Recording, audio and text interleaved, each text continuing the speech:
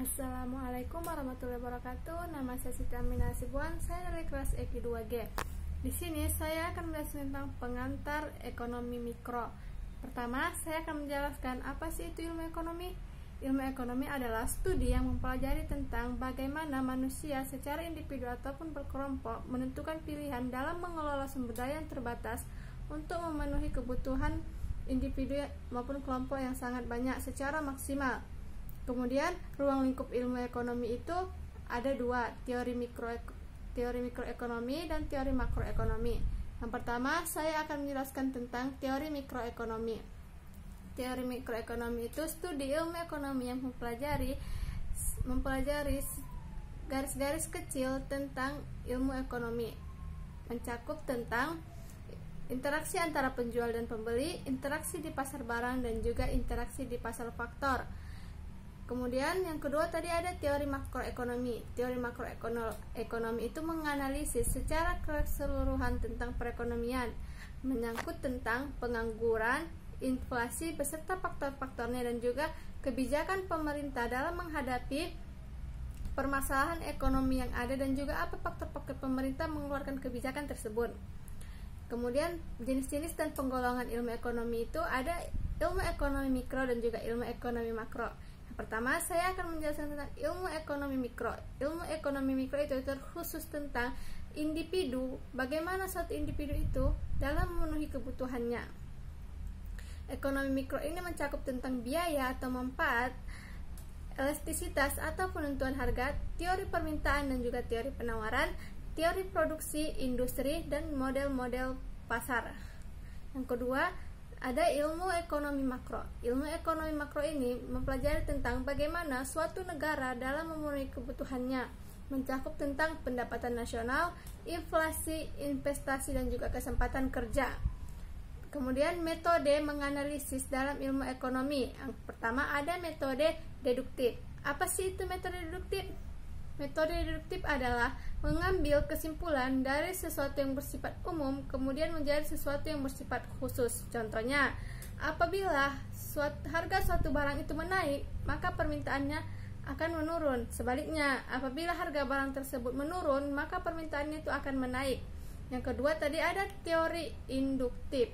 Teori induktif adalah teori yang berpikir secara empiris, yaitu mengambil kesimpulan dari sesuatu yang bersifat umum menjadi sesuatu yang bersifat khusus.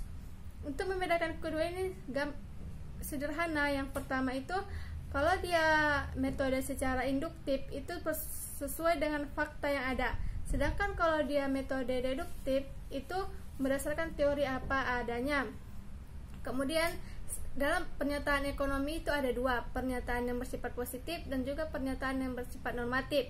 Pernyataan yang bersifat positif itu pernyataan yang sesuai dengan kejadian yang sebenarnya terjadi, sesuai dengan fakta yang ada, dapat dibuktikan keabsahannya. Contohnya, apabila suatu barang itu langka dalam pasar, maka harga barang tersebut akan naik. Misalnya yang terjadi sekarang yaitu masker.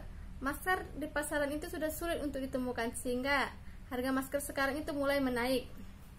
Kemudian pernyataan yang bersifat normatif. Pernyataan yang bersifat normatif ini bersifat bagaimana cara kita untuk mewujudkan keinginan kita.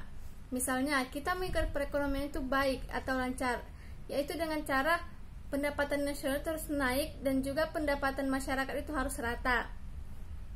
Kemudian yang selanjutnya itu ada permasalahan-permasalahan dalam ekonomi. Permasalahan dalam ekonomi ini tidak jauh dengan barang yang hampir punah, sedangkan permintaan masyarakat yang sangat banyak.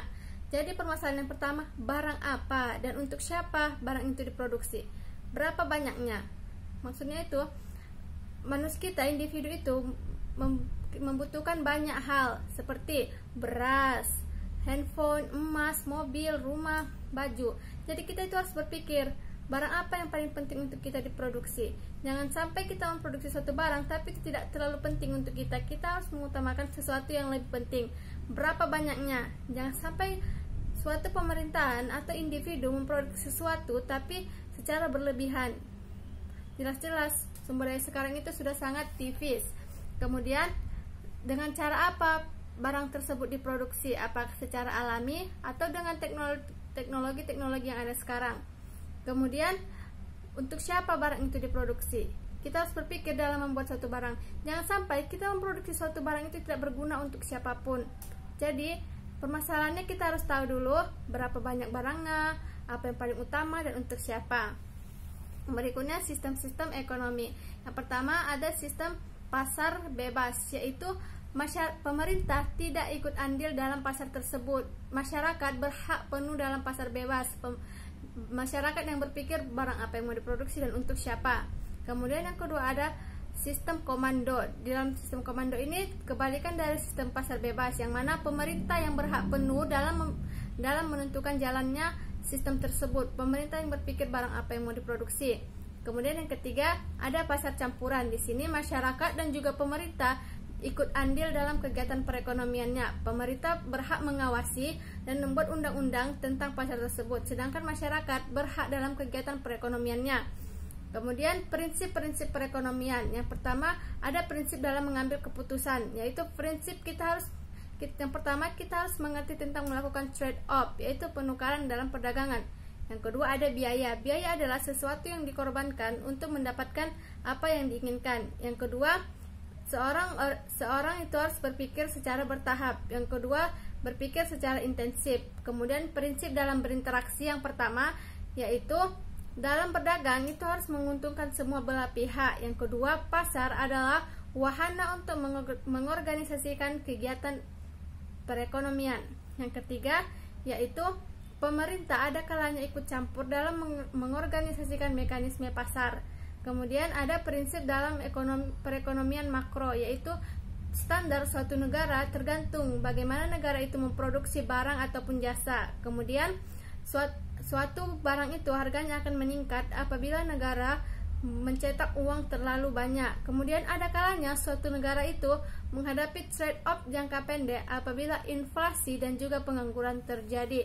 Demikian penjelasan dari saya, kurang dan lebih saya mohon maaf. Assalamualaikum warahmatullahi wabarakatuh.